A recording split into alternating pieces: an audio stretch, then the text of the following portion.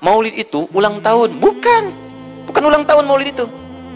Bukan ulang tahun, bukan peringatan ulang tahun maulid itu. Ingat baik-baik. Kalau pakai peringatan itu pakai Id. Id, Idul Milad, ya, hari kelahiran, peringatan hari kelahiran, ulang tahun. Tapi kalau cuma maulid itu waktu kelahirannya. Apa hukumnya hari kelahiran? Hari kelahiran gak ada hukumnya. Yang melekat hukum itu bagaimana menyikapi hari kelahiran itu. Itu poinnya. Paham ya? Ketika ada perbuatan melekat kepadanya, maka di situ ada hukum. Maulud itu bayinya berarti nabinya. Apa hukum maulud? Apa hukumnya nabi? Nabi yang lahir gak ada hukumnya. Jadi kalau Anda menolak maulud dengan pengertian seperti ini, maka Anda keluar dari Islam. Kalau dalam hukum seperti ini, saya menentang maulid Nabi, berarti Anda menentang kelahiran Nabi SAW. Saya menentang maulud Nabi, berarti Anda berhadapan dengan Nabi, Anda musuh Nabi. Jadi kalau Anda dimaksudkan dengan kata maulud dan maulid, Anda tidak bisa menentangnya, bisanya menerima. Saya menerima.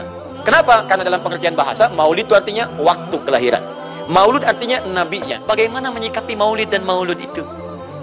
Saya tahu nabinya dilahirkan, nabinya sudah ada. Jelas ya? Maka kemudian saya pun tahu waktu kelahirannya. Bagaimana kemudian menyikapi itu semua? Maka Masya Allah, Quran surah ke-11 tadi, 10 tadi, Yunus, ayat 57 sampai 58. Kalau sampai kemudian ke 58-nya, falyafrahu. Gembira antum. Gembira, bahagia, silahkan. Ya, maksud tidak gembira, Nabi Isa gembira, kita tidak gembira. Ya, Nabi Ibrahim gembira, kita tidak gembira. Nabi yang tidak melihatnya gembira. Masa kita yang mendapatkan bagian Nabi tidak gembira? Jelas ya? Nabi yang mengharapkan hadir saat kedatangannya gembira.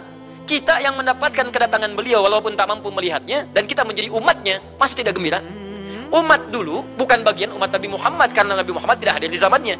Gembira dengan berita kedatangan Nabi Muhammad, padahal nabinya belum datang. Masa kita yang jadi umatnya, yang nabinya telah kemudian kita dapati walaupun tidak melihatnya, masa kita tidak ikutan gembira?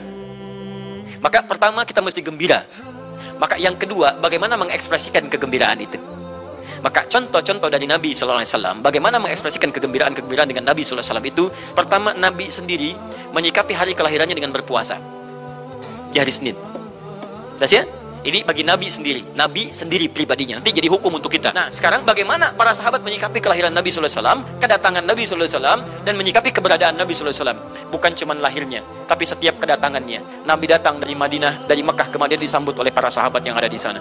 Nabi datang dengan perang Tabuk, dari perang Tabuk disambut oleh para sahabat di sana. Tala al-badru alaina min thaniyatil wada'i, wajib syukru alaina madalillahi da'i. Masya Allah, disambut dengan madid. Bukti kesenangan mereka kepada Nabi SAW. Ada yang memuji Nabi SAW seperti Hasan bin Thabit, buat puisi-puisi memuji Nabi. Seperti Zuhair bin Abi Salma, tadinya musuh Nabi, begitu masuk Islam memuji Nabi SAW. Ada yang lagi kemudian menghormati Nabi dengan kedatangannya, dengan mengikuti Nabi kemanapun. Nabi mencontohkan, amalkan. Nabi mengajarkan, ikuti. Masya Allah. Begitu Nabi meninggal, diabadikanlah kemudian nilai-nilai penghormatan itu. Ada yang menulis sejarah tentang Nabi.